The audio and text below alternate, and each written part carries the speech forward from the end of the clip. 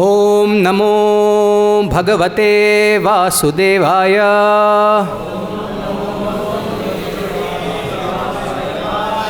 ओम नमो भगवते वासुदेवाय। ओम नमो भगवते वासुदेवाय।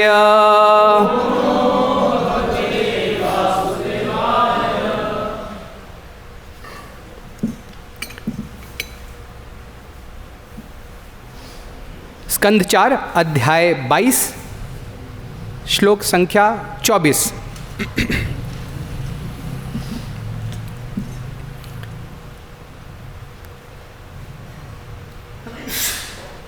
अहिंसया पारमहंस्यचर्यया स्मृत्या मुकुन्दाचरिताक्षयसीधुना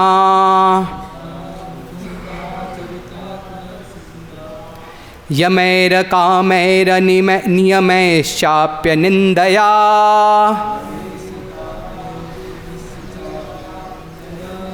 निरीहया द्वन्द्वतितिक्षया च। शब्दार्थ अहिंसया, अहिंसा द्वारा, पारमहंस्यचर्यया, महान आचार्यों के चरण चिन्हों का अनुसरण करने से, स्मृत्या, स्मरण करने से, मुकुंद भगवान, आचरित अक्षय,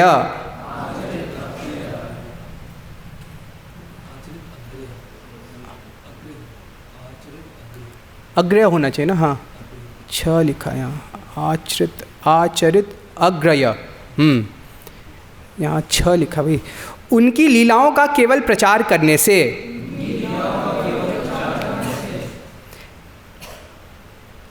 सीधुना अमृत से, यमैहि नियामक सिद्धांतों के पालन से,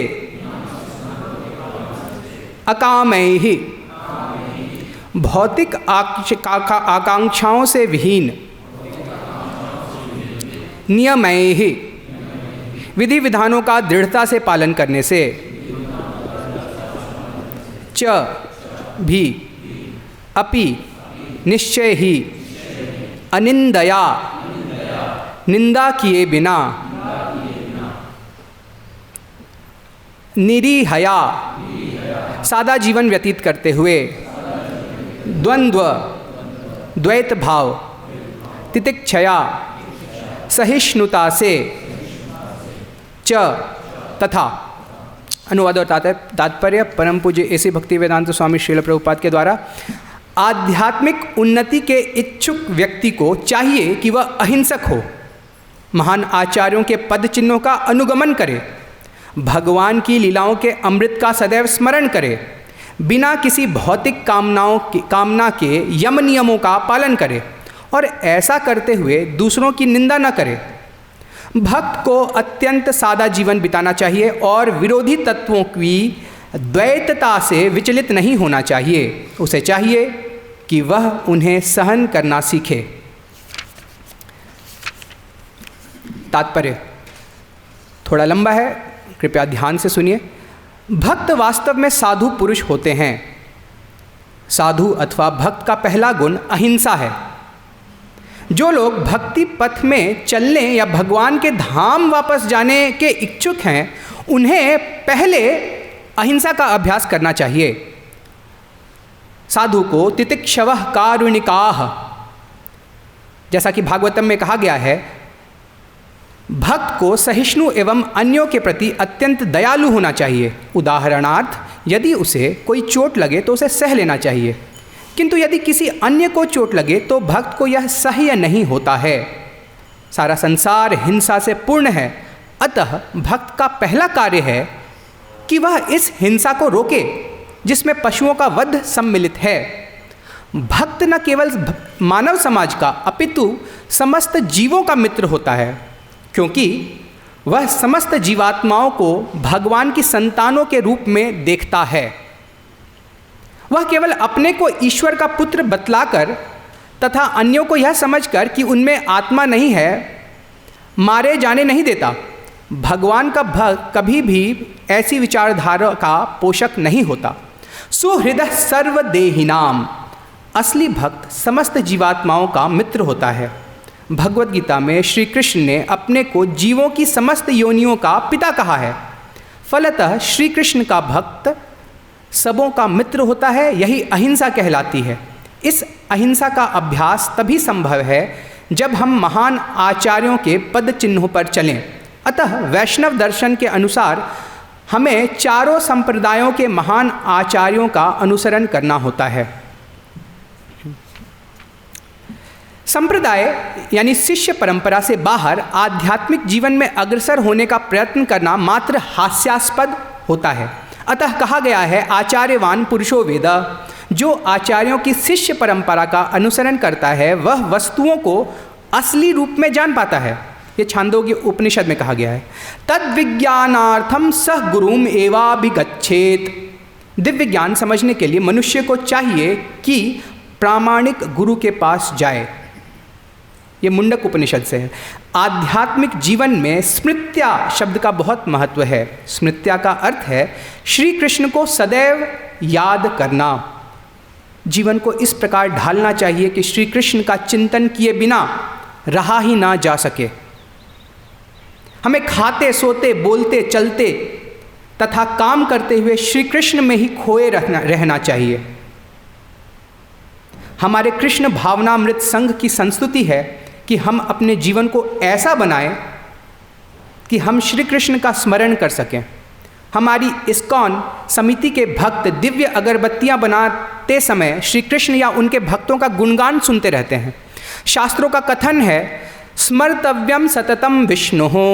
भगवान विष्णु का निरंतर स्मरण करना चाहिए। विस्मर्तव्यम ना जातुचित, विष्णु को कभी भूलना नहीं चाहिए। यही आध्यात्मिक जीवन शैली है। स्मृत्या, भगवान का स्मरण चालू रखा जा सकता है यदि हम उनका निरंतर श्रवण करते रहें। अतः इस श्लोक में संस्तुति की गई है, मुकुंदाचरिताग्र्य सीधुना। सीधु का अर्थ है अमृत। श्रीमद् भगवत गीता, श्रीमद् भागवत या इसी प्रकार के प्रामाणिक साहित्य से श्री कृष्ण के विषय में सुनना कृष्ण भावना में वास करना है। कृष्ण भावना की एकाग्रता शक्ति उन्हीं व्यक्तियों को प्राप्त हो सकती है जो यम नियमों का दृढ़ता से पालन करें। हमने अपने कृष्ण भावनामृत आंदोलन में यह नियम बना रखा है कि भक्त 16 माला प्रतिदिन जप करें और नियामक सिद्धांतों का पालन करें। इससे भक्त जीवन में आध्यात्मिक उन्नति में स्थिर रह सकता है। इस श्लोक में यह भी कहा गया है कि इंद्रियों को वश में करके यमय ही मनुष्य उन्नति कर सकता है। इंद्रियों को वश में करने से मनुष्य स्वामी या गोस्वामी बन सकता है। अतः जो स्वामी या गोस्वामी उपाधि लगाते हैं उन्हें इंद्रियों को वश में रखने के लिए विशेष रूप से सतर्क रहना चाहिए। दरअसल उन्हें अपनी इंद्रियों का स्वामी होना ही चाहिए। यह तभी संभव है कि जब वे किसी प्रकार की भौतिक इंद्रिय तृप्ति की इच्छा न रखें। यदि किसी कारणवश इंद्रियां स्वतंत्र रूप से कार्य करना चाहे तो उन्हें वश में करना चाहिए। यदि हम भौतिक इंद्रिय तृप्ति से बचने का अभ्यास कर सकें तो इंद्रियां स्वतः ही वश में हो जाती हैं। इस संबंध में एक अन्य महत्वपूर्ण बात का उल्लेख हुआ है, अनिंदया। हमें दूसरे की धर्म प्रणाली की आलोचना नहीं करनी चाहिए। विभिन्न प्रकार की धर्म प्रणालियाँ विभिन्न गुणों के अंतर्गत कार्यशील हैं। जो रजो तथा तमो गुणों के अंतर्गत कार्यशील हैं वे सत्व गुण पद्धति पर चलने वाले धर्म के समान परिपूर्ण नहीं हो सकते। भगवत गीता में सभी वस्तुओं को 3 वर्गों में रखा गया है, अतः धर्मों को भी उसी तरह की श्रेणियां की गई हैं। जब लोग रजो तथा तमोगुण के अधीन होंगे तो उनकी धर्म पद्धति भी उसी तरह की होगी। भक्त इन पद्धतियों की आलोचना न करके अपने अनुयायियों को अपने सिद्धांतों में दृढ़ रहने के लिए प्रोत्साहित करता है, जिससे वे क्रमशः सात्विक धर्म के पद को प्राप्त कर सकें। केवल आलोचना करते रहने से भक्त का मन विचलित होता है। इस तरह भक्त को सहनशील होना चाहिए तथा क्षुब्ध न होना सीखना चाहिए। भक्त की एक अन्य विशेषता है निरीहया अर्थात सादा जीवन। निरीहा का अर्थ है सरल अथवा विनीत। भक्त को न तो तड़क भड़क से रहना चाहिए, न भौतिकवादी पुरुषों का अनुकरण करना चाहिए। भक्त के लिए सादा जीवन उच्च विचार संस्तुत है। उसे उतना ही स्वीकार करना चाहिए जिससे शरीर स्वस्थ रह सके, भक्ति कर सके। आवश्यकता से अधिक न तो खाए और न सोए। वह जिंदा रहने के लिए भोजन करे, न कि भोजन करने के लिए जिंदा रहे। वह प्रतिदिन 6-7 घंटे सोए। यही भक्तों के लिए नियम है जिनका पालन होना चाहिए। जब तक शरीर है, जब तक भौतिक जीवन के 3 प्रकार के ताप, तब तक भौतिक जीवन के 3 प्रकार के ताप सताते रहेंगे। हम उनसे बच नहीं सकते। हमें कभी कभी नवदीक्षित भक्तों के पत्र प्राप्त होते हैं कि श्री कृष्ण भक्ति करते रहने पर भी वे बीमार क्यों पड़ते हैं। उन्हें इस श्लोक से शिक्षा ग्रहण करनी चाहिए। उन्हें सहिष्णु बनना होगा। द्वंद्व तितिक्षया, यह संसार द्वैतपूर्ण है। मनुष्य को यह नहीं सोचना चाहिए कि चूंकि वह बीमार हो गया है अतः वह कृष्ण भावनामृत से भ्रष्ट हो गया है। कृष्ण भक्ति बिना किसी भौतिक विरोध के या बाधा के चलती रहती है। अतः श्री कृष्ण ने भगवद गीता 2:14 में यह उपदेश दिया है, ताम स्थितिक्षस्व भारत। हे अर्जुन, तुम सारी अड़चनों को सहो, तुम कृष्ण भक्ति के कार्यों में स्थित हो। ओम अज्ञानतिमिरान्धस्य ज्ञानाञ्जनशलाकया चक्षुरुन्मिलितं येन तस्मै श्रीगुरवे नमः।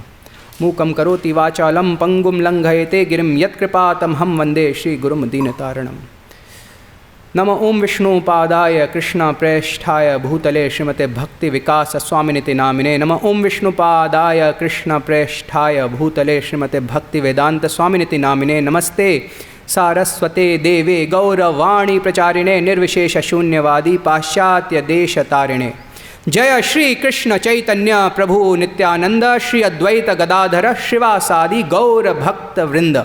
हरे कृष्णा कृष्णा कृष्णा हरे हरे, हरे राम राम राम हरे हरे। भक्त वास्तव में साधु पुरुष होते हैं और साधु का पहला गुण अहिंसा है।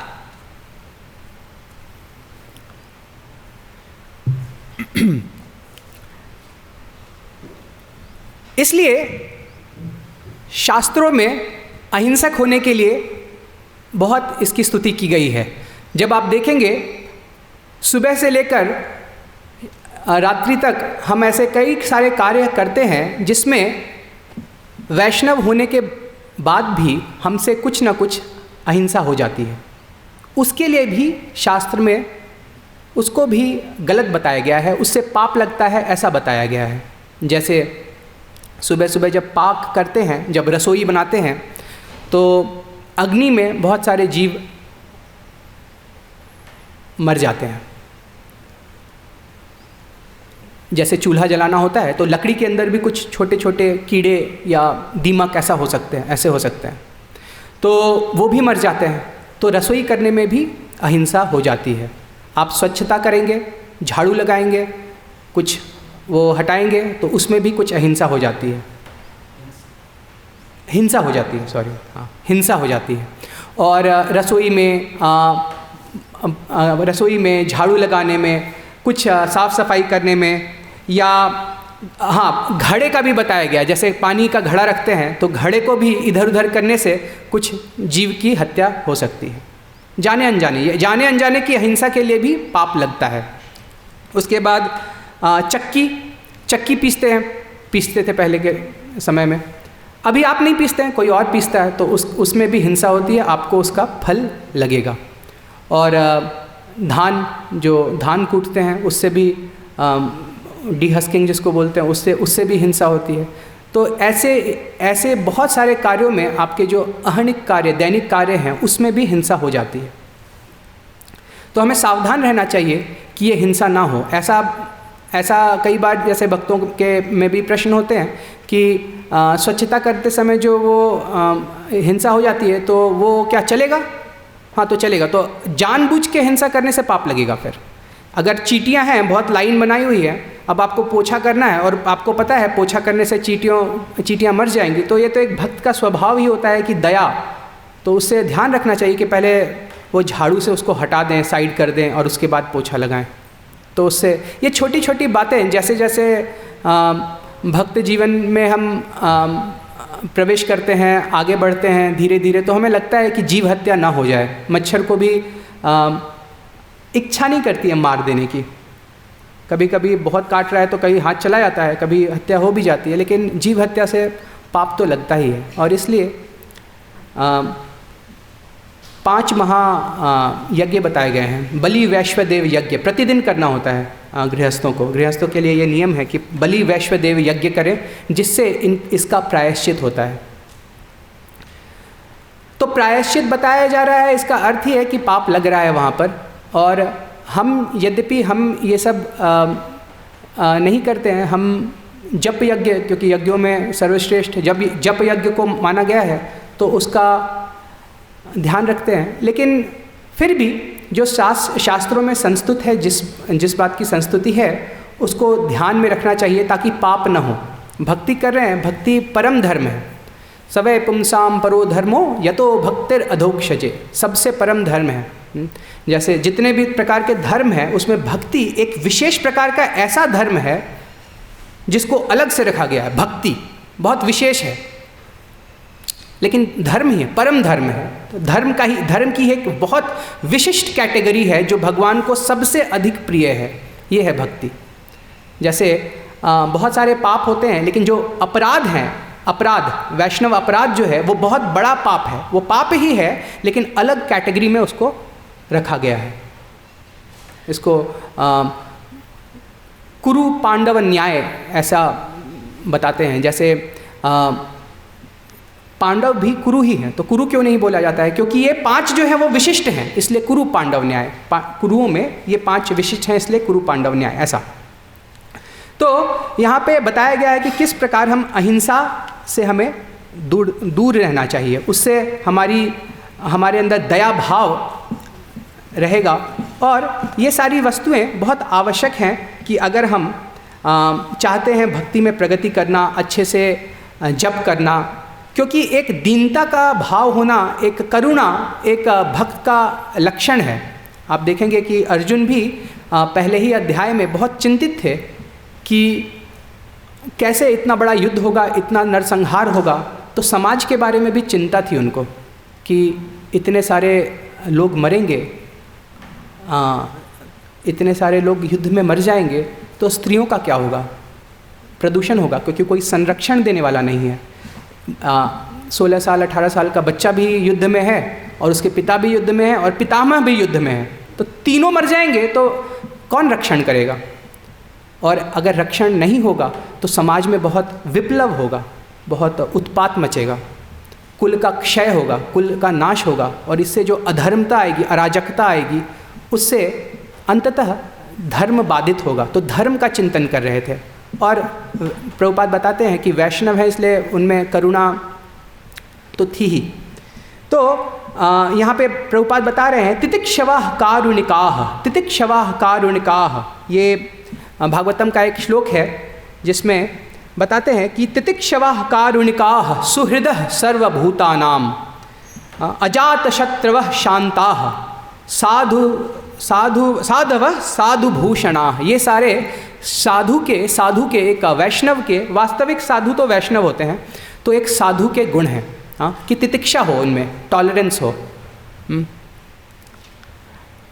अभी जीवन में कभी भी हम भागवतम, भगवद गीता, ये सब जो हम पढ़ते हैं, ये जीवन में अपनाने के लिए भी हैं। कक्षा में पढ़ते हैं, हमारा एक माइंडसेट रहता है, बहुत अच्छा लगता है, फिर कक्षा के बाहर जाते हैं। जीवन में भी इसको प्रयोग करने के लिए है। आपके निर्णय में शास्त्र से जो हम ज्ञान प्राप्त कर रहे हैं, वो कितना हम उसका प्रयोग कर पा रहे हैं जीवन में। जैसे ये जो तितिक्षा का गुण है, भगवद गीता में ही भगवान अर्जुन को बोलते हैं कि मात्रा स्पर्शास्तु कौन्तेय शीतोष्ण सुख दुखदा आगम आपाइनो अनित्य ताम तितिक्षस्व भारत। प्रभुपाद इसमें तामस तितिक्षस्व भारत लास्ट में बता रहे हैं, अंतिम में बता रहे हैं, हे अर्जुन तुम्हारी सारी अड़चनों को सहो। आप देखेंगे कि ये जो तितिक्षा का गुण है इसको आजकल बहुत घृणित माना गया है, बहुत अनएम्बिशियस। क्यों? क्योंकि जो पूरा संसार है वो सहना कुछ भी नहीं चाहता है। शीतोष्ण सुख दुखदा हमने पढ़ लिया, उसके बाद गर्मी लगी तुरंत एसी ऑन है, ठंड लगी थोड़ी सी भी ठंड, मतलब ठीक है। कई बार नगरों में, सिटी लाइफ में ऐसा भी देखा गया है कि बहुत असह्य है, क्योंकि आसपास का वातावरण ही ऐसा है कि बिना पंखे और बिना इन सब के बहुत कठिनाई हो जाती है। वो बात ठीक है, लेकिन फिर भी यथासंभव जितना कम करेंगे उतना अच्छा है। ये भक्ति के लिए भी अनुकूल है। क्यों अनुकूल है? देखता हूँ शहरों में, अभी कुछ दिन से बाहर ही था, तो लोगों ने बहुत सारी अनावश्यक वस्तुएं घर में ठूंस दी हैं। और हो सकता है उससे लगे कि वाह कितना वैभवशाली है, लेकिन वो वैभवशाली नहीं, बहुत अपवित्र है। मतलब स्नान करने के बाद, जब के बाद खड़े होने में सोचना पड़ता है बैठूं कहाँ भाई। आपको लगेगा कि अरे ऐसी कैसी बात है, सोफ़ा है घर में, दीवान है, अच्छे अच्छे पलंग है, आराम से बैठ के जब कीजिए, बैठिए बैठिए बैठिए, आराम से बैठिए आराम से बैठिए। वो जो सोफ़ा है, जो कुशन है, वो कभी धुला नहीं होगा। और आपके घर में जो आते हैं गेस्ट या आगंतुक, उनमें कितने लोगों को पता है क्या सूची मुची का क्या ध्यान है कि शौच के बाद स्नान करना मतलब एक बहुत ही विस्मित करने वाली वस्तु है। ट्रेन में मुझसे लोग पूछ रहे थे, ये इस्कॉन के लोग बहुत कट्टर होते हैं ना, शौच के बाद स्नान कर लेते हैं। बहुत साधारण सी बात थी। अगर वो अपने दादा दादी को ही देखेंगे, उन्हें समझ में आ जाएगा कि हम कोई कट्टर नहीं है, साधारण सी बात है, हम नॉर्मल ही हैं। अभी समाज इतना तेज़ी से नीचे की ओर जा रहा है कि शौच आदि के बाद स्नान करना लोगों को बहुत आश्चर्यजनक लगता है कि ऐसा क्या है भाई। हाँ, मल त्याग के बाद स्नान भी इतना कठिन लगता है। तो आप देखेंगे वो बता रहा था कि तितिक्षवा ये जो इसकी बात, लेकिन घरों को हमने किस प्रकार से बहुत सारी वस्तुओं को डाल कर रखा है, सोफ़ा कुशन सब अशुद्ध है, क्योंकि कभी ना कभी अशुद्धि में आप उस पर बैठे हैं या कोई और बैठा है। अब अशुद्धि की चर्चा, शहरों में अशुद्धि की चर्चा बहुत ही विचित्र लगती है, क्योंकि हर कुछ ही अशुद्ध है।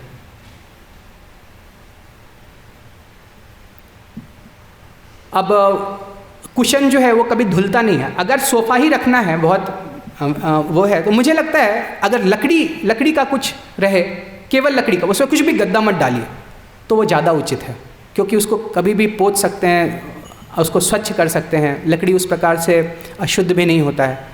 तो ये सब चीज़ें जब ध्यान रहेंगी तो फिर शुद्ध मन से, हम पवित्र मन से, फिर हर चीज़ में भक्ति के लिए अनुकूल है ये शुद्धि पवित्रता। देखिए, पाश्चात्य जगत को हम जो कॉपी करने का प्रयत्न कर रहे हैं, इतनी तेज़ी से उनकी तरफ भाग रहे हैं, पाश्चात्य जगत को क्लीनलीनेस पता है, स्प्रिक क्लीन। हाँ, क्या स्प्रिक क्लीन बोलते, क्या बोलते, स्पिक क्लीन। हाँ, तो उनको लगता है क्लीनलीनेस एकदम चमकता हुआ, लेकिन उनको प्योरिटी नहीं पता है। उनको स्वच्छ और पवित्र तो क्या होता है उनको पता ही नहीं है। सब कुछ चमकेगा। दुर्भाग्य से जब मैं कार्यरत था तो मुझे 2-3 बार विदेश जाना पड़ा। सबसे पहले जो सुबह में वो गुड मॉर्निंग हाथ मिलाकर करते थे, उससे मुझे बड़ी समस्या होती थी, क्योंकि उससे कुछ देर पहले ही वो टॉयलेट में दिखा था हाफ पैंट और ब्रश लेकर, और उधर तो टॉयलेट में पानी भी प्रयोग करते नहीं हैं, उधर तो केवल कागज। और वो बोलते थे हेलो, हाउज अ डे, और मुझे लगता है it was nice till I met you. वो हाथ मिलाते हैं। और जैसे ही फिर आगे आप बढ़ें, ऑफिस में अंदर जाएं तो कोई है वहाँ पे क्लाइंट जो है वो खा रहा है, और खाते खाते हो हाय, हाथ मिला दिया। बार बार हाथ ही शुद्ध करते रहेंगे। आप सोचिए, ये कोई इतनी विचित्र वस्तु है, लेकिन सामान्य जो जीवन चल रहा है बाहर के जगत में, उसमें बहुत खाने के बाद हाथ धोना, अगर कुछ सूखी चीज़ खाई है तो हाथ धोना, तो इतना भी क्या, इतना कट्टर हो क्या, ये तालिबान हो क्या तुम, ये क्या कर रहे हो? तो ऐसे तो हमेशा हमेशा कृष्णा कॉन्शियसनेस का मतलब हमेशा हम अलर्ट रहें, सूची मुची का ध्यान रखें, कहाँ बैठना है, कहाँ उठना है, कहाँ स्वच्छता हमेशा मेंटेन रखें। नहीं तो घर में कैसे हम विग्रह भी भक्तगण रखते हैं घर में। आप बाथरूम से बाहर प्रवेश करेंगे तो सबसे पहले मुझे ये दिखता है कि भाई वहाँ डोरमैट है, जो कभी पता नहीं वो महीने में शायद एक बार धुलता होगा। वो डोरमैट में आप स्पर्श हो गए तो फिर से स्नान करना चाहिए, क्योंकि घर में जो अन्य हैं महानुभाव, वो तो हो सकता है शौच आदि के बाद स्नान ना करते हो, या अशुद्धि में माताएं भी आजकल कुछ वो सब नहीं है। ये सब बहुत ही दकियानुसी बात है, अंधविश्वास। क्योंकि ये जो पूरा फेमिनिज्म का एक माहौल क्रिएट किया गया है, बोलने में भी लज्जा आती है, लेकिन वो एक, मैं जब, ये बहुत पहले की बात थी, हैप्पी टू ब्लीड, और वो उस प्रकार का, वो एक प्रकार का मतलब, I am sorry but such a shameful this thing, अशुद्धि है वो। शास्त्र हमारा जो भी, हमारे जीवन का जो निर्णय है, जो हम करते हैं, जिसमें भी जो भी हम दिनचर्या में करते हैं, हमारा जीवन जिस प्रकार जीते हैं, उसका आधार क्या है? जो अच्छा लग रहा है वो आधार है, उसका आधार शास्त्र है। एक बार कुछ भक्त समूह था, अभी तो वहाँ पे कुछ प्रश्न उत्तरी हो रही थी, तो उसमें ये पूछा गया कि क्या आधार है इस बात का कि क्या सही है और क्या गलत है। भक्त समुदाय में अधिकतर लोगों का उत्तर था अनुभव, मन, बुद्धि, विवेक। ये सब त्रुटिपूर्ण है।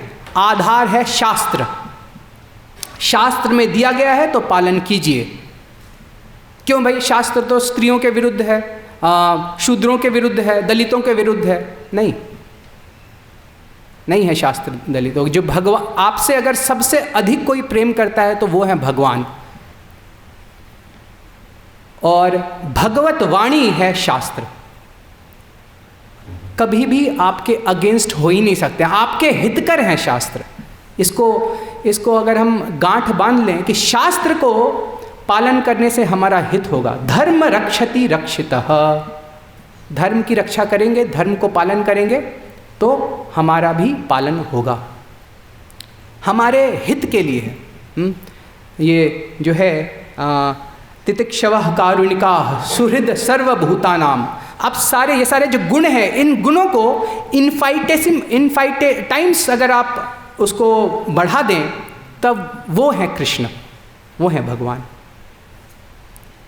सारे जो गुण देख रहे हैं वो भगवान हमसे बहुत अधिक, उनको उत्कंठा है कि ये जीव हमारे पास आए। हाँ, और वो उत्कंठा भक्तों के माध्यम से दिखती है। जब कई दिनों के बाद मंगल आरती आने का अवसर मिलता है और जब सारे भक्त कूदते हैं तो लगता है कि हाँ, ये सही जगह है। अभी माया देवी का ऐसा प्रभाव है कि उनकी जो दो प्रकार से माया देवी जो कार्य करती हैं, आवरणात्मिका शक्ति और प्रक्षेपात्मिका शक्ति, वो आवरणात्मिका शक्ति लोगों को इस चीज में आने से रोकती है, और प्रक्षेपात्मिका शक्ति भक्तों को खींचती हैं। या तो भक्त संघ से निकालेंगे या सोचेंगे कि अच्छा ठीक है, वो जूम पे कर लेते हैं ना मंगल आरती। अच्छा है, ये टेक्नोलॉजी का प्रयोग अच्छा है, लेकिन दुष्प्रभाव भी है। मेरा ऐसा अनुभव है, ऐसा नहीं कि मैं टेक्नोलॉजिकली पूरी तरीके से हैंडीकैप्ड हूँ। अच्छा होता कि हैंडीकैप्ड होता, लेकिन मेरा बैकग्राउंड ऐसा है कि मैं टेक्नोलॉजी इंजीनियरिंग बैकग्राउंड से हूँ, तो मुझे टेक्नोलॉजी के बारे में थोड़ा तो पता है। लेकिन मैं देख सकता हूँ कि ये टेक्नोलॉजी जो है वो उसका बहुत दुष्प्रभाव है। जितने लोग यहाँ पर बैठकर साधु संग कर सकते थे, उससे ज़्यादा अभी जूम पर देख रहे हैं, वो कुछ खाते खाते, चलते चलते। ये भी बात है कि सामर्थ्य, देखिए ऐसी बात नहीं है कि असामर्थ्य है, किसी को ऑफिस ही जाना है आधे घंटे में, तो ये तब उसके लिए वो अच्छा है। लेकिन अगर कोई आ सकते थे तो भी सोच रहे हैं अच्छा ये है ना, तो वो उतना अच्छा नहीं है। अगर नहीं होता तो वो शायद यहाँ होते, और यहाँ होने से बहुत अलग अंतर पड़ता है। आप पुस्तक भी पढ़ेंगे, अगर भक्त संघ में पढ़े तो अलग असर है, आप घर में बैठ के भी पूजा पाठ कर सकते हैं, जप आदि कर सकते हैं, लेकिन आप जब भक्तों के संग में करेंगे तो उसका अलग प्रभाव है। वो प्रभाव आप देख सकते हैं, भक्तों को देखने से ही कुछ अलग ही वाइब्रेशन होता है। तो यहाँ इस प्रकार की बातें हुई है। आगे बताया गया है कि किस प्रकार जो सादा जीवन है वो बहुत सरल जीवन जो है वो बहुत अनुकूल है, और भक्त के लिए उसकी बहुत अनुशंसा की गई है कि ऐसा जीवन उनका होना चाहिए। एक और बात अनिंदया में जो है वो हम चर्चा कर सकते हैं। ये भी बात समझनी चाहिए कि वैदिक शास्त्र जो हैं, जिस प्रकार से हमने समझा कि भगवान जो हैं भगवत वाणी है शास्त्र, और जो भगवत वाणी है, भगवान बोलते हैं कि ममय वांशो जीव लोके जीव भूतः सनातनः, मेरे अंश हैं सारे जीव। तो भगवान सबके ऊपर कृपा करते हैं। विशेषकर मनुष्य योनि में एक ऐसा प्लेटफॉर्म, ऐसा लॉन्च पैड मिला है कि जिससे हम निकल सकते हैं। मनुष्यों में भी अलग अलग लोग अलग अलग स्तर पर हैं। प्रभुपाद यहाँ बता रहे हैं कि हमें दूसरे धर्म प्रणाली की आलोचना नहीं करनी चाहिए। देखिए, शास्त्र में तमोगुण वाले व्यक्तियों के लिए भी कुछ व्यवधान है, क्योंकि भगवान की सारी संतानें हैं ना। अगर कोई पिता है, माता पिता हैं, अब एक पुत्र जो है बहुत गुणी है, बहुत सतोगुण में स्थित रहता है और बहुत साधु स्वभाव का है, तो माता पिताओं के लिए वो प्रिय है और उसके लिए एक अलग व्यवस्था है उसके लिए। लेकिन जो निम्न स्तर पर है उसको छोड़ तो नहीं देते हैं, है ना, उसको छोड़ा नहीं जाता है, त्याग नहीं किया जाता, बहिष्कृत नहीं कर दिया जाता है। तो इसी प्रकार अलग अलग गुणों में, तमोगुण और रजोगुण में के जो बहुत अधिक प्रभाव में हैं या तमोगुण में ही एकदम है, उनके लिए भी अलग अलग पूजन विधियां हैं। सब लोग ऐसे सतोगुण में जिसमें सुबह सुबह उठना पड़े, ब्रह्म मुहूर्त में प्याज लहसुन छोड़ना पड़े और मीट मांस मदिरा पान ये सब छोड़ना पड़े, तो वो उनके लिए संभव नहीं है। अगले बार उनको मौका दिया जाएगा, लेकिन till that time they stay at A theistic platform. उस समय तक वो कम से कम एक ईश्वरीय भाव में रहे, कम से कम कि कोई वो है। तो इसलिए उनके लिए अलग अलग पूजन विधि बताई गई है। कोई दुर्गा या काली की उपासना करता है, कोई अन्य उपासनाएं भी करते हैं जिसमें ये सारी चीज़ों के लिए कोई उसके लिए नियम नहीं है, यम नहीं है, डोंट्स नहीं है, ऐसे बहुत कठिन नहीं है। कठिन अगर सतोगुण में कोई है तो उसके लिए अलग है, और रजोगुण और तमोगुण में कोई है तो उसके लिए अलग है। तो उसकी आलोचना हमें नहीं करनी चाहिए। इसका अर्थ ये नहीं है, आलोचना का अर्थ ये है कि जैसे हमारा व्यवहार कैसा होना चाहिए कि अगर कुछ ऐसा है तो उसके बारे में बहुत ज़्यादा निंदा ना करके कंडोन करना चाहिए, ओवरलुक कर दीजिए, उदासीन रहिए, ठीक है। उपेक्षा भी बताया गया, वैष्णव का एक तरीका उपेक्षा भी हो सकता है। अब कोई व्यक्ति है बहुत ईर्ष्यालु है या उसके अंदर कोई दुर्गुण है, तो ऐसा नहीं है कि हम जाकर प्रचार करें ये तो ऐसा है, ये तो बेकार है, ये तो ये है, ठीक है। उपेक्षा कीजिए, आगे बढ़िए। गलती त्रुटि देखते रहने से उससे हमारा ही नुकसान होता है।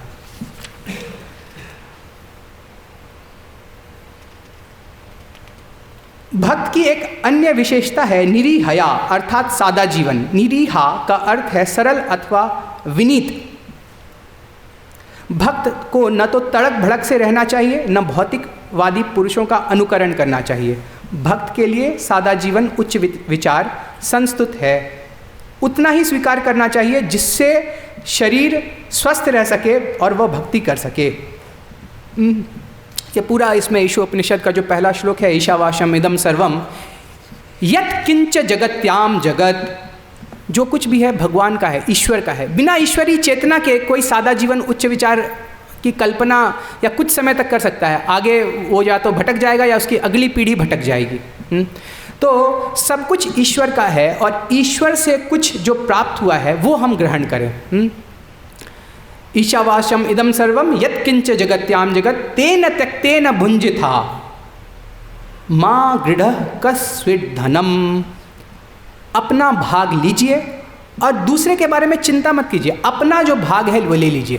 तो कोई बता पाएगा अपना भाग कैसे नियत करेंगे, कैसे पता चलेगा अपना भाग? यहाँ पे कुछ नए बच्चे हैं, अपना भाग कैसे पता चलता है? आपका भाग क्या है? तेन त्यक्तेन भुंजिता, उनके द्वारा जो दिया हुआ है उसका आप उपभोग करें। मां गृधः कस्वित् धनम, दूसरे का भाग ना लें।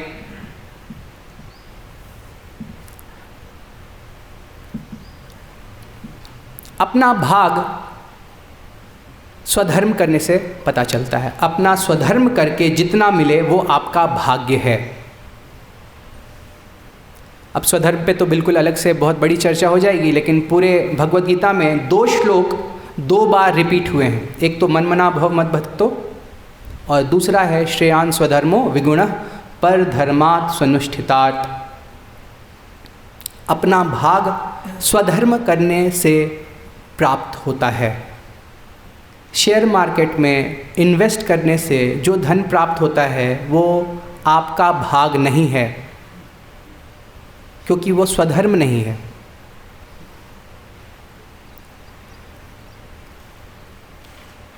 भगवान तितिक्षा जो बता रहे हैं, इतना हम अति प्रयास कर रहे हैं कि बहुत सारी चीज़ें जुड़ी हुई हैं। अगर हम थोड़ा सा टॉलरेट करना सीख जाएं, थोड़ा सर्दी गर्मी थोड़ा टॉलरेट करना सीख जाएं,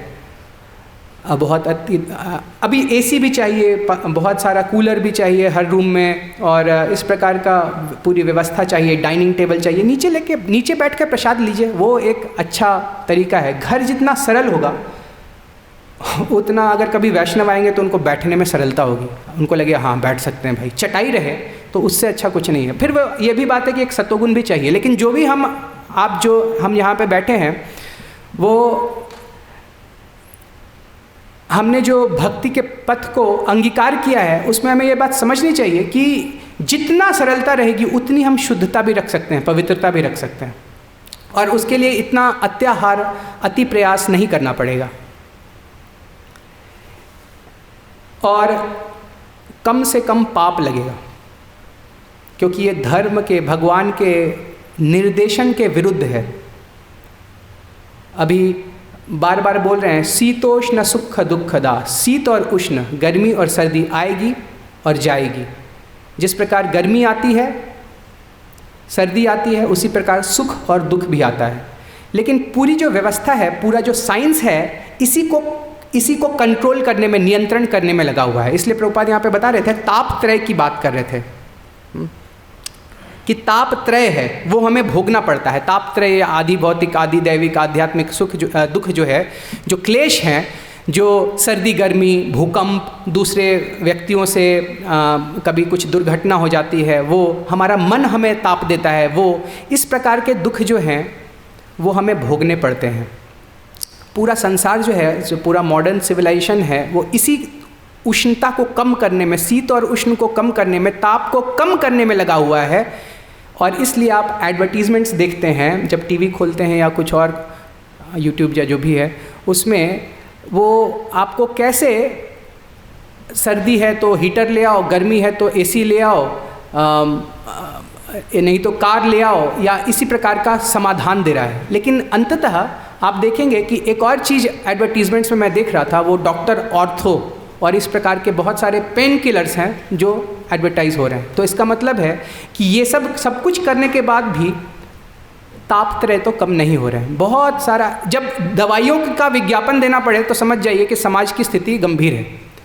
कि जब वो पेन में, यहाँ जोड़ों में पेन, ऐसे एडवर्टीजमेंट्स आते हैं कि 50% क्या था, 50% डिस्काउंट ऑन नी रिप्लेसमेंट। इसका मतलब है कि समाज की स्थिति गंभीर है, कि ताप त्रय कम नहीं हो रहे हैं। क्योंकि उससे क्या फ़र्क पड़ता है, जब पूरा जो साइंस है वो इसी चीज़ में लगा है कि हम किस प्रकार से ताप त्रय को कम करें, और वो भी कम नहीं हो रहा, वो भी बढ़ता जा रहा है। गर्मी सर्दी बढ़ती ही जा रही है, बहुत गर्मी बढ़ती जा रही है ना, सारे पेड़ काट दिए, तो इट डजंट वर्क। तो इसके पीछे क्यों इतना लगे हुए हो? हमारे ऋषि मुनि, जो हमारे शास्त्र हैं, वो त्रिकालदर्शी हैं, उन्होंने कलयुग नहीं देखा था, लेकिन फिर भी उन्होंने क्या बताया कि सादा जीवन रखो, यथासंभव कम से कम अत्याहार करो, ताकि मन जो है विचलित ना हो। मन के विचलित होने से बहुत सारी समस्या हो जाती है, और सबसे बड़ी समस्या है कि जो हमारा मुख्य उद्देश्य है मनुष्य जन्म का, उससे हम भटक जाते हैं। भगवान बताते हैं ना, व्यवसायात्मिका बुद्धि एकेह कुरु नंदना बहुशाखा ह्यनंताश्च बुद्धयो अव्यवसायी नाम। बहुत जगह बुद्धि दौड़ाओगे ना, इधर उधर, यहाँ भी पैसा, यहाँ शेयर मार्केट, उधर ये, उससे क्या है, जो हमारी जो मुख्य जो हमारा उद्देश्य है, ये फ्लैट, ये EMI, ये, इससे हमारा जो मुख्य ध्येय है उससे हम च्युत हो जाएंगे। मनुष्य जन्म तो मिला है और वो धीरे धीरे जा रहा है।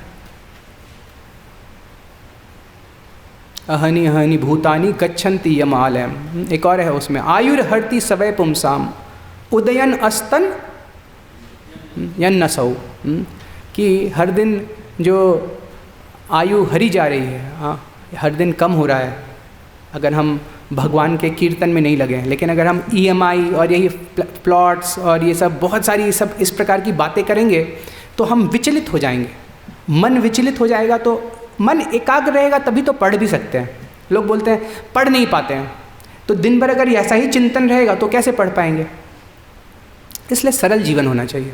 घर में भी, जो शहर में भी हम जो भक्ति कर रहे हैं उसमें भी सरलता रखिए, शुद्धता रखिए, पवित्रता रखिए। चिंतन ये होना चाहिए, दिन में चिंतन हमारा ये होना चाहिए कि भगवान का स्मरण कैसे करें, हाँ, किस प्रकार से भगवान का स्मरण हो पाए।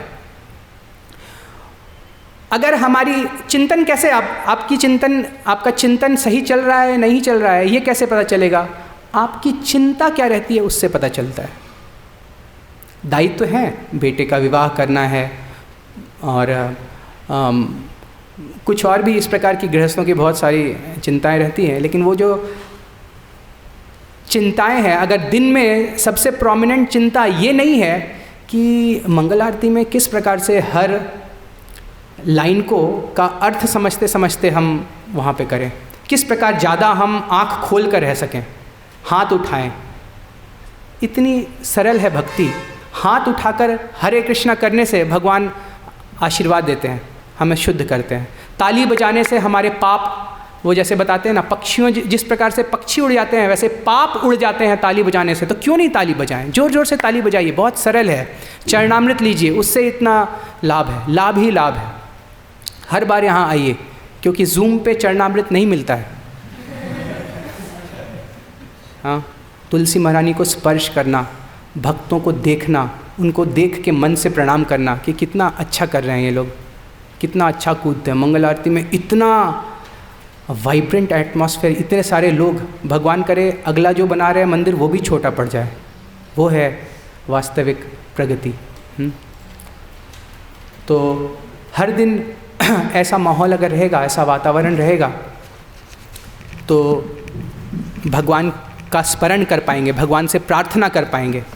बहुत सारे श्लोक हैं। हम चाहते हैं कि भक्ति जो है बोरिंग हो जाती है, हाँ, बोरिंग नहीं होती है। बहुत सारा अगर हमारा चिंतन ऐसा रहे, अच्छे से जप करें, जिस प्रकार से बहुत सारे लोग यहाँ पे अच्छे से, वो एक पूरा मूड होता है कि उसमें जप करें, आकर यहाँ पर जप करें तो बहुत लाभ होगा। बहुत सारे जो मुकुंद माला स्तोत्र है, और हर दिन अपने जीवन में कुछ ऐसा बनाएं कि जिसमें 1-2 प्रेयर्स याद करने हैं। वो हमेशा स्नान करते करते वो जो चलाते हैं उसको हमेशा ना चलाएं, कभी कभी ऐसा भी करें कि जो सुना है श्रवण कीर्तन, तो कभी कभी कीर्तन भी करें भगवान के नामों का, भगवान के अच्छे अच्छे श्लोकों का। मुकुंद माला स्तोत्र है, कितना अच्छा कुलशेखर अलवर ने भगवान के बारे में लिखा है। बहुत बहुत सुनने से कोई म्यूज़िक भी फेल है, ऐसे अलंकार हैं, हाँ, ऐसे ऐसे अलंकार हैं। एक श्लोक में देख रहा था, हाँ, भगवान का वो ग्लोरिफिकेशन कर रहे हैं, तो सोचा बोल सकता हूँ। बरहा का अर्थ होता है मोरपंख।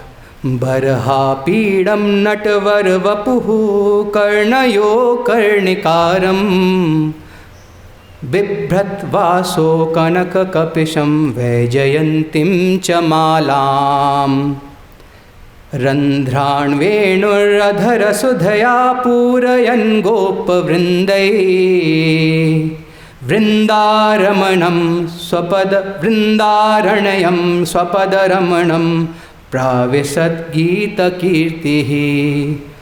बर्हापीड़म, भगवान के ऊपर मोर पंख है। नटवर वपुः, जो नटों में, नर्तकों में जो श्रेष्ठ भगवान हैं, उनके शरीर पर, और कर्णयोः कर्णिकारम, कर्णिकारम एक भगवान को जो फूल अर्पित होता है। कर्णयोः दोनों कर्णों पे भगवान के फूल हैं, कर्णिका। बिभ्रत वासो कनक कपिशम, बिभ्रत वासो, भगवान ने पीताम्बर पहना हुआ है। कनक कपिशम, कपिश भी कनक, सोने के जैसा रंग है उसका। कपिशम, वैजयंती माला भगवान ने पहना है।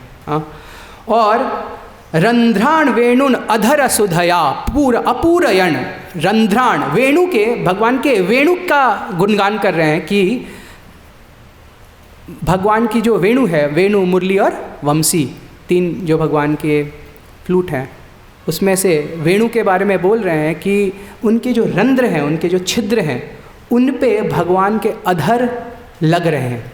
और अधर सुधया, उस अधर के द्वारा जो सुधा है उससे वो तृप्त हो रहे हैं। बताइए कौन ऐसा लिरिसिस्ट हो सकता है? इतना, दिस इज वंडरफुल। रंध्राण वेणुर अधर सुधया पूरयण गोप वृंदय वृंदारण्यम स्वपद रमणम, वृंदा के वन में, वृंदावन में, वृंदारण्यम, अरण्य तो सारे काट दिए, तो कहाँ से बचेगा कुछ। लेकिन वृंदारण्यम स्वपद रमणम, अपने पैर से जब वो रमण करते हैं, चलते हैं भगवान वृंदावन में, तो उस समय गोप वृंद जो हैं सारे वो गाते हैं। क्या गाते हैं? भगवान के कीर्ति का गीत गाते हैं। तो इस प्रकार हम हर समय कीर्तन करें, भगवान के अलग अलग श्लोकों का गान करें। ये 10th कैंटो में है, बहुत अच्छा लगा मुझे, इसलिए सोचा एक बार और कर सकते हैं।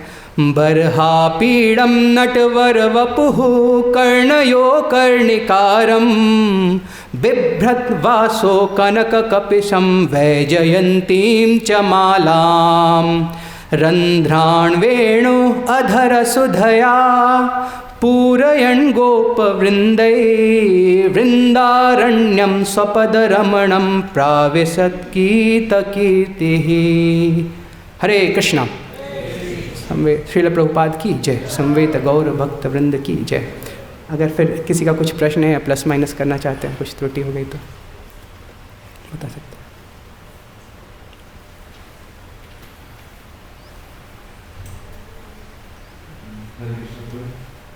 हरे कृष्ण।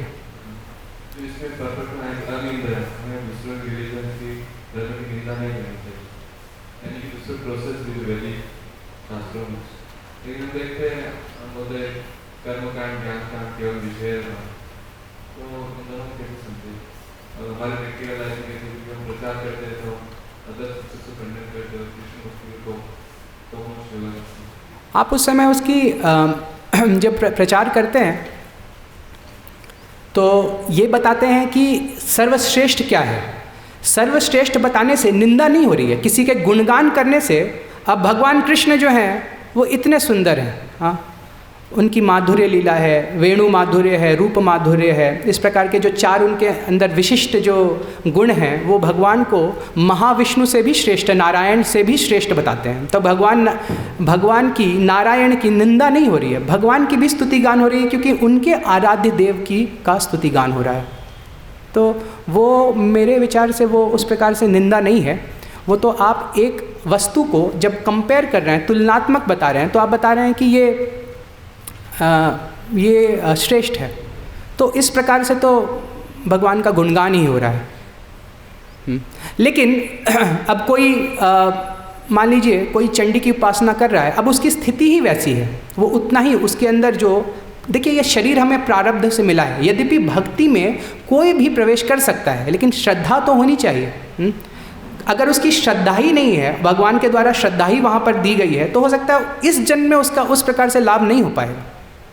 अगर कोई बहुत आसक्त है मदिरा पान से, लेकिन वो कम से कम किसी देवी देवता की उपासना कर रहा है तो वो वैदिक विधि के अंतर्गत है, तो विधि की निंदा करने से शास्त्र निंदा हो जाएगी, ऐसा ना हो, ऐसा लगता है प्रभु जी। ऐसा विधि की निंदा ना हो, वो विधि आपके लिए नहीं है, आपके लिए वो नियम आग्रह हो जाएगा। जिस स्तर पर है उससे नीचे के नियमों को पालन करने की आवश्यकता नहीं है। देखिए, जब कोई मदिरा लेने जाता है तो 18 ईयर्स प्लस होना चाहिए, ऐसा होना चाहिए, इस प्रकार के कुछ नियम हैं। वास्तव में तो उसको बता रहे हैं कि इसको ना करो, लेकिन फिर भी अगर करना चाहते हो तो ऐसा करो। ये वैदिक शास्त्र हमारे ऐसे ही हैं। अगर आपकी स्थिति है उस प्रकार की, आपको बिना मदिरा पान के नहीं चलेगा, तो फिर आप कीजिए, लेकिन वो इस प्रकार से करना पड़ेगा आपको, ऐसा। ठीक।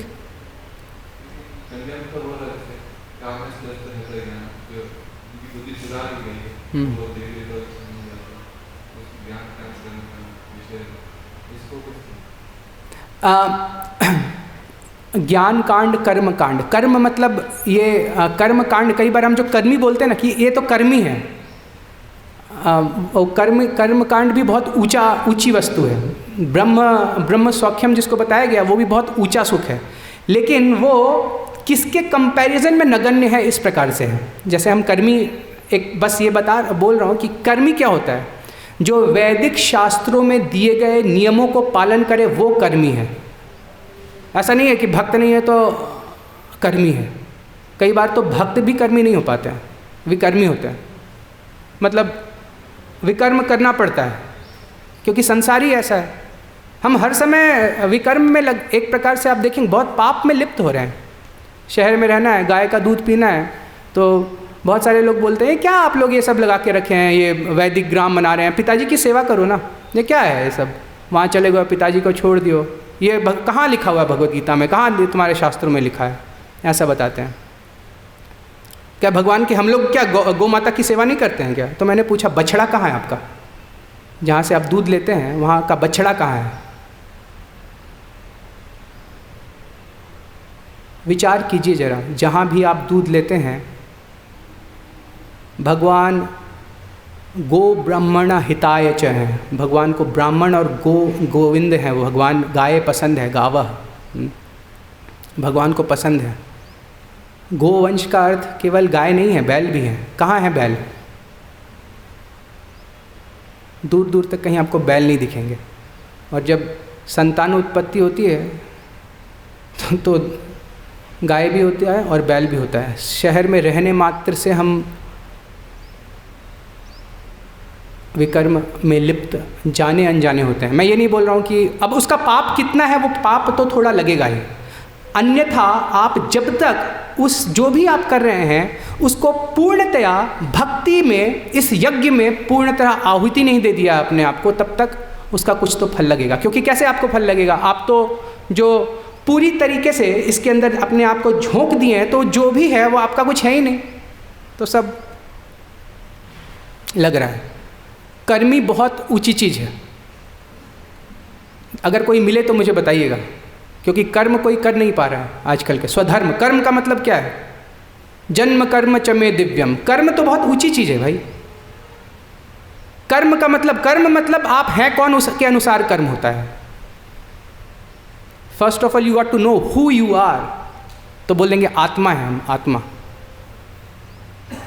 जब ऐसी कुछ बात, वो फिलॉसफी को इस प्रकार से पकड़िए कि जहाँ जहाँ पकड़ा जाए वहीं पे आप चेंज कर दीजिए प्लेटफॉर्म। जैसे स्त्री पुरुष एकता की बात करें, लेकिन हम तो सब, प्रभु जी हम तो सब आत्मा है ना, वी आर ऑल सोल्स। क्योंकि स्त्री पुरुष की बात करेंगे तो स्त्री के वर्ण के लिए, वर्ण के अनुसार उसके कर्म है, धर्म है, जिसको स्त्री धर्म या ब्राह्मण धर्म। पूरी सोसाइटी तो शूद्रों की सोसाइटी है, अदरवाइज कोई कार्य नहीं करता। आप देख लीजिए वैदिक संस्कृति में कोई कार्य नहीं करता है शूद्र के अलावा। प्रभुपाद एक बार नहीं, कम से कम आप प्रभुपाद वाणी में या जो भी उसमें हिट्स एक बार देखिएगा कि प्रभुपाद क्या बता रहे हैं कि जो किसी के अंतर्गत होकर कार्य करता है, डॉग, शूद्र, ऐसे ऐसे वो उनको बता रहे हैं। क्या ब्राह्मण है, हम जो ब्राह्मण हैं, सो कॉल्ड ब्राह्मण जो हैं, वो किसी के अंतर्गत होकर कार्य, कोई आपका बॉस है अदर देन लॉर्ड। इतनी चिंता नहीं होनी चाहिए। हाँ, इतनी चिंता कर रहे हैं इसलिए ये सब है। हाँ, चाणक्य पंडित बोलते हैं का चिंता मम जीवने यदि हरिर विश्वम्भरो गीयते, विश्व के पालन करते हैं, विश्वम्भर गीयते, का चिंता मम जीवने यदि हरिर विश्वम्भरो गीयते, नो चेत अर्भक जीवनार्थ जननी स्तन्यम कुतः निस्सरेत इत्यालोचम मुहुर्मुहुर यदुपते लक्ष्मीपते त्वत्पादाम्बुज मया काल नीयते। कि हे विश्वम्भर, आपकी जो चिंता करता है, आपके बारे में जो स्मरण करता है, उसको क्या चिंता होगी, ये चाणक्य पंडित कहते हैं। हाँ, अगर ऐसा नहीं होता तो एक अर्भक यानी बालक के लिए भी आप आहार की व्यवस्था कर देते हैं। माता के स्तनों में दुग्ध आ जाता है, स्तन्यम दुग्ध आ जाता है, आप उनकी व्यवस्था कर देते हैं। अरे भगवान व्यवस्था नहीं करते, ये कीट पतंग, ये हाथी सबको मिल रहा है, हमें नहीं मिलेगा, लगे हुए हैं हम अत्याहार करने में। जितना जमा किया है उतना सफिशेंट है, अगर हो गया है, लगता है कि इससे खाना चल जाएगा, तो अपने अगली पीढ़ी, उसके अगली पीढ़ी, उसके अगली पीढ़ी की चिंता मत कीजिए। पूत सपूत तो का धन संचय और पूत कपूत तो का धन संचय, लगे इतना मत लगे रहिए, जीवन को मुख्य वस्तु में लगाइए। जनरली आज के डेट में ये हो रहा है कि लोग इतना अर्जन कर ले रहे हैं, वो इस लाइफ टाइम में तो कर ही नहीं पाएंगे उसका भोग। ठीक है, तो कर्मी बहुत बड़ी चीज़ है। दैवात लब्धेन अलम बुद्धि, ये कर्मी है भाई। अपने स्वधर्म को पालन करने से जितना प्राप्त होता है उतना वो करता है। और भक्त तो इससे भी ऊपर है कि स्वधर्म में भी मैक्सिमम अपने सोल और बॉडी, आत्मा और देह को यथासंभव, ताकि भक्ति कर सके, ताकि मन इधर उधर भागे नहीं, तो व्यवसायत्मिका बुद्धि से एक करके, उसको एकाग्र करके भगवान के चिंतन में लगाए। और भगवान का हम जितना चिंतन करेंगे, जितना चिंतन करेंगे हम उतना इससे अलिप्त होने लगेंगे। हमें लगेगा कि हाँ हो सकता है, कोई आवश्यकता नहीं है। नहीं तो आप ऐसा मत कीजिए कि बाहर जाते ही दूसरी कुछ प्रजल्प आरंभ हो जाए। हाँ, भगवान बताते हैं, सुखदेव गोस्वामी बताते हैं कि आपने क्या प्रश्न किया। ये वाला जो अध्याय है उसमें भी यही बता रहे हैं उनको। देखिए, पहले तो गुणगान किया, फिर प्रश्न किया, और उसके बाद उस प्रश्न की संस्तुति किए चतुष कुमारों ने। तो परीक्षित सुखदेव गोस्वामी भी यही बताते हैं कि श्रोतव्यादिषु राजेंद्र नृणाम संति सहस्रशः। सुनने के लिए तो कितने सारे विषय हैं, लेकिन आपने जो प्रश्न किया है, वरीयाने सते प्रश्न, हाँ, कृतो लोक हितम राजन, कि आपके जो प्रश्न है वो तो क्या प्रश्न है, ये लोक का हित होगा, जन कल्याण होगा, इसलिए तुम्हारा भी कल्याण होगा। ठीक है, यहाँ समाप्त करेंगे। प्रभु और समय है, यहाँ समाप्त कर सकते हैं। हरे कृष्ण कृष्ण कृष्ण हरे हरे, हरे राम राम राम हरे हरे।